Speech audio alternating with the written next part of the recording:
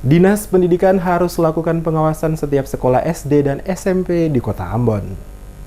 Komisi 2 DPRD Kota Ambon mempertanyakan sikap para guru-guru SD dan SMP yang ada di Kota Ambon yang menjadikan sekolah menjadi tempat berjualan bagi para guru. Penegasan ini disampaikan anggota Komisi 2 DPRD Kota Ambon, Leonora Farfar, dalam rapat bersama antara Komisi 2 DPRD Kota Ambon dengan Dinas Pendidikan Kota Ambon yang merupakan salah satu mitra kerja Komisi 2. Leonora Farfar secara tegas mengatakan, fakta di lapangan membuktikan para guru mulai dari SD sampai SMP yang ada di Kota Ambon bukan datang ke sekolah untuk mengajar selaku guru, tetapi digunakan untuk menjual barang dagangan kepada murid-murid di sekolah. Oleh karena itu, Komisi 2 DPRD Kota Ambon mendesak Dinas Pendidikan Kota Ambon untuk lebih memperketat pengawasan di seluruh sekolah yang ada di Kota Ambon untuk memberikan sanksi tegas kepada para guru yang kedapatan masih berjualan di dalam lingkungan sekolah.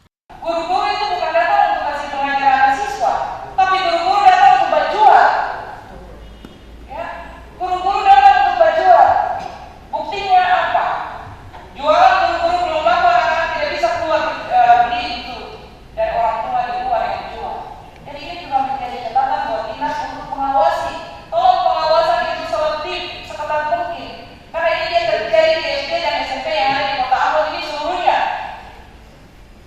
Ini kita harus bicara jujur, ini fakta yang kita dapatkan di lapangan. Ya, fakta yang kita dapatkan. Padahal tugas daripada dewan guru itu adalah mereka punya tugas belajar mengajar.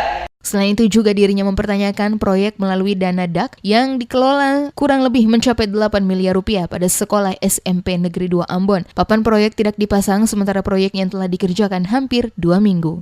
SMP Negeri 2 ini bukan cuma satu masalah. Ya, bukan cuma satu masalah tentang masalah kantin. Ada masalah yang lebih besar lagi. Ada di SMP Negeri 2. Buktinya sekarang dana DAK yang dikelola hampir 8 miliar itu yang ada di SMP Negeri 2 itu saja papan proyeknya tidak ada. Padahal sudah dikerjakan hampir seminggu atau 2 minggu, tidak ada papan proyek. Ini menjadi tanda tanya. Tugas kami di Komisi 2 yang mitra dengan pendidikan bertanya-tanya juga.